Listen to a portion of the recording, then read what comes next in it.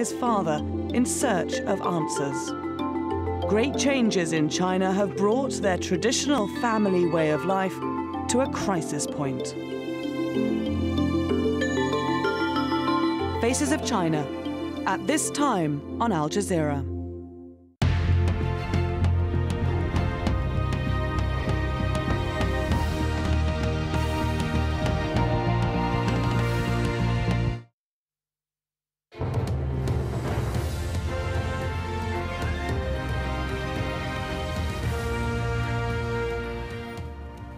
Welcome back. Let's look at what's going on in Libya right now.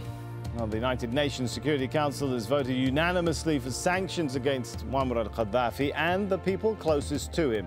In Libya itself, Gaddafi continues to lose his grip on power, even in his stronghold of Tripoli, where his police have abandoned some parts of the capital.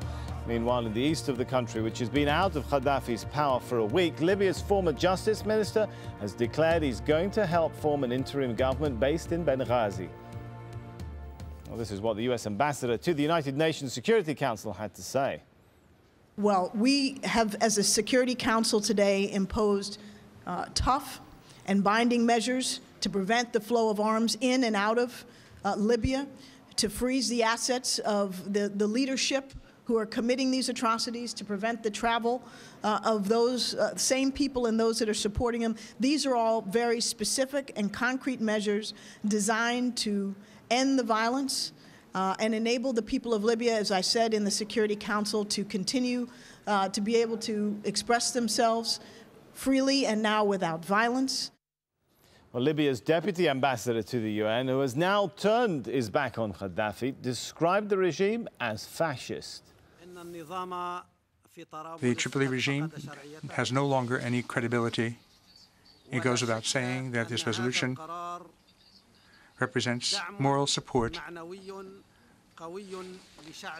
for our people who are resisting before the firing which has been imposed on them by the regime. Is an essential point in the position of the international community on the occasion of the carnage we are witnessing today in Libya. I have in mind here an attempt to protect civilians. This resolution will be a signal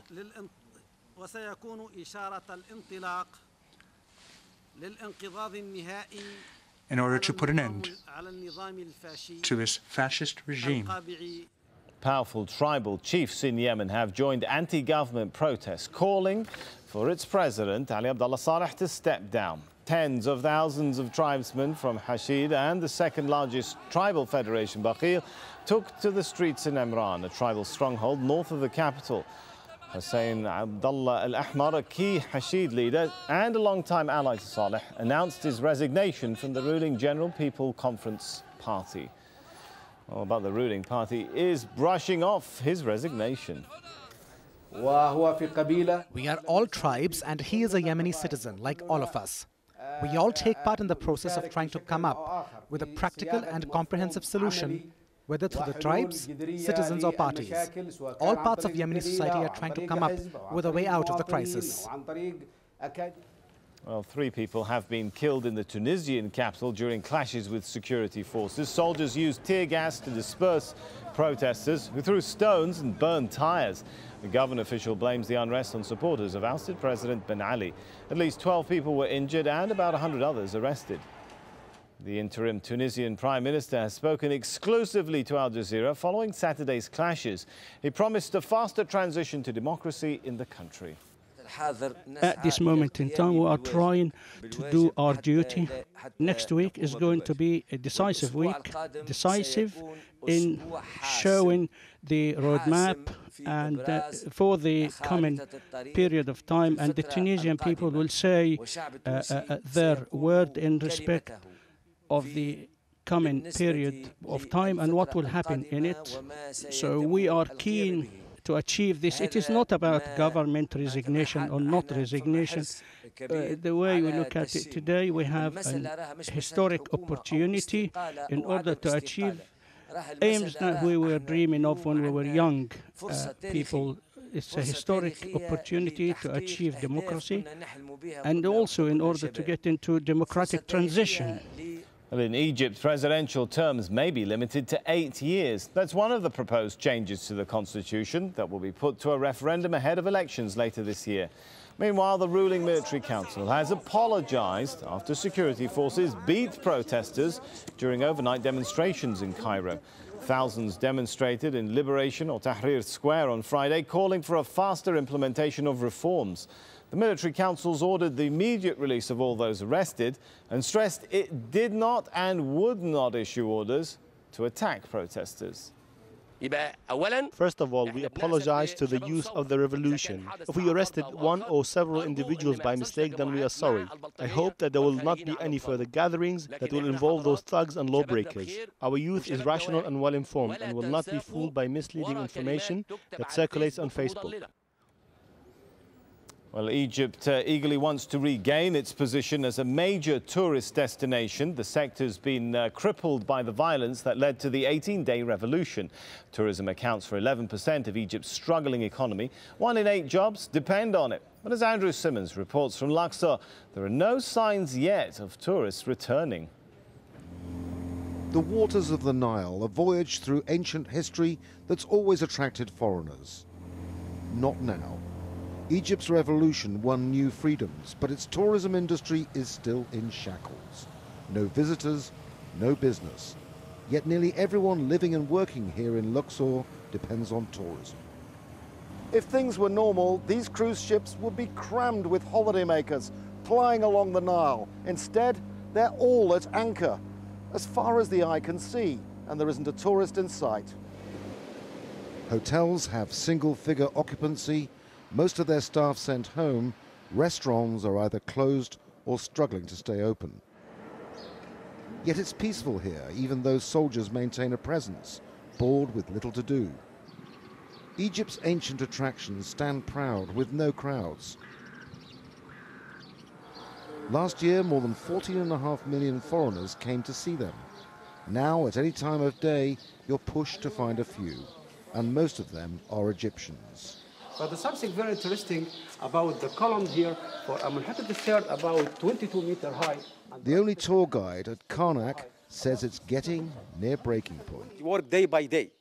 Sometimes have a job, sometimes no job. But now, no any job. For they stay at home, we spend from our pocket all the money. Maybe one day, the money is finished. The Valley of the Kings, it should be 10,000 tourists a day.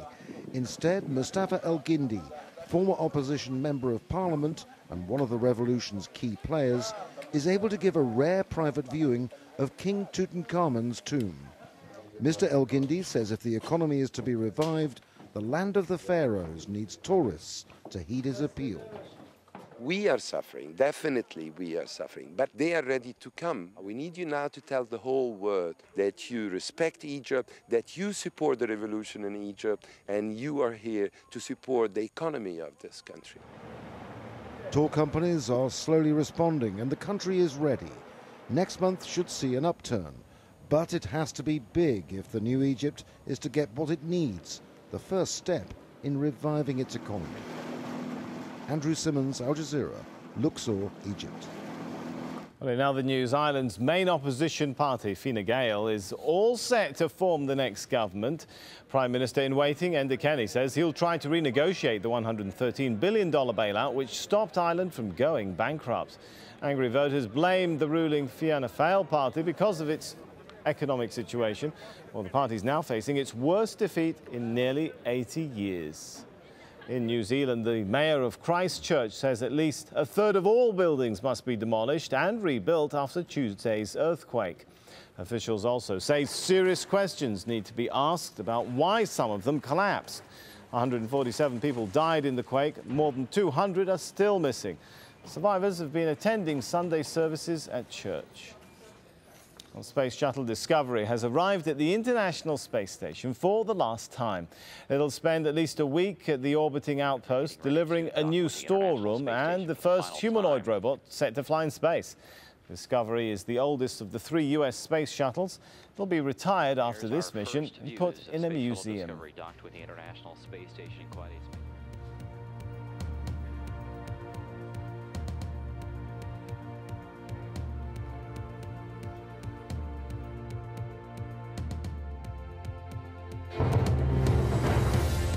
14 competing teams, 13 different venues, 3 host nations. Cricket is part of the fabric of life here, and this competition is the pinnacle of the one-day game. We'll be bringing you all the action and reaction from India, Sri Lanka and Bangladesh. The Cricket World Cup on Al Jazeera.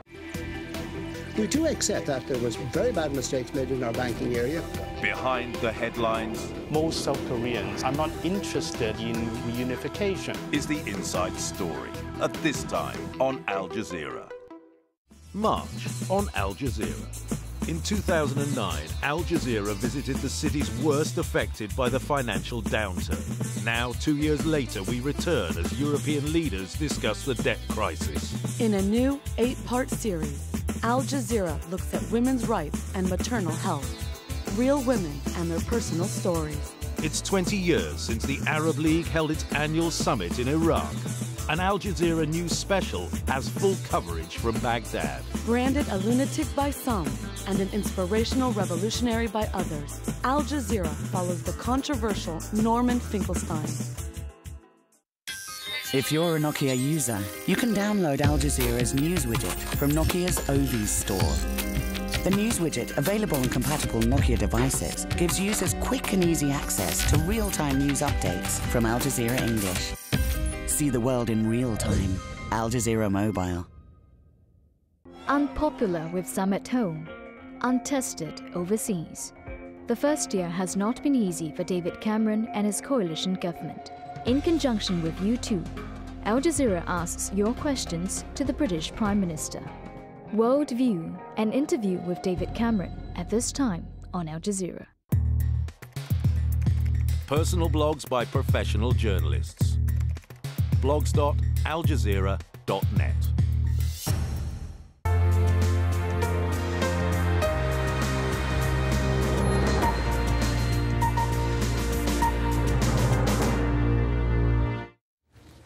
When atrocities are committed against innocents, the international community must speak with one voice.